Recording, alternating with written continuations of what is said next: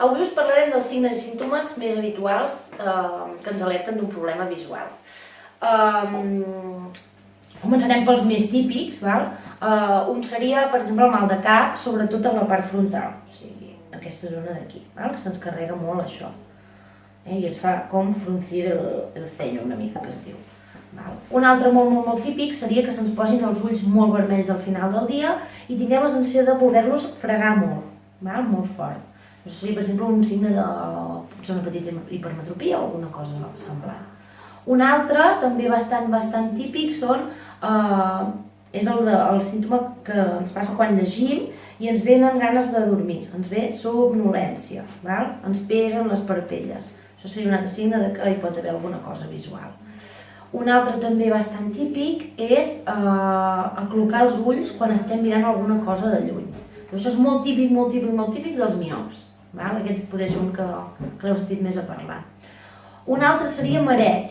Marejos acompanyats amb visió borrosa, normalment quan estem en moviment, és a dir, quan anem amb cotxe, en bicicleta, algú sobre rodes. També ens podria indicar algun tipus de problema. Un altre seria la sensació de sorreta als ulls, la sequedat ocular. Això també sol passar normalment a finals del dia i és això, quan tenim sensació de molta, com si ens hagués entrat sorreta a l'ull.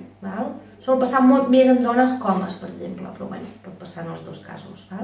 Llavors, alguns altres que no són tan habituals serien, per exemple, la visió doble ocasional. Visió doble ocasional quan ens pot passar? Per exemple, conduint de nit, que se'ns desdobli una mica el que són les línies de la carretera.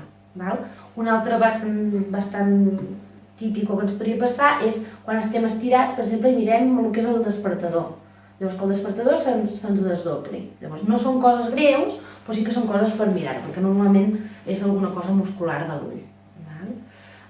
Un altre molt típic que la gent tampoc l'explica molt és la mala visió nocturna, és a dir, que tenim mala visió només quan conduïm de nit. O sigui, nosaltres durant el dia anem superbé i quan arriba la nit, ens costa enfocar el que són els cartells, ens enlluernen molt els cotxes que venen de cara, també és un molt típic d'una miopia nocturna.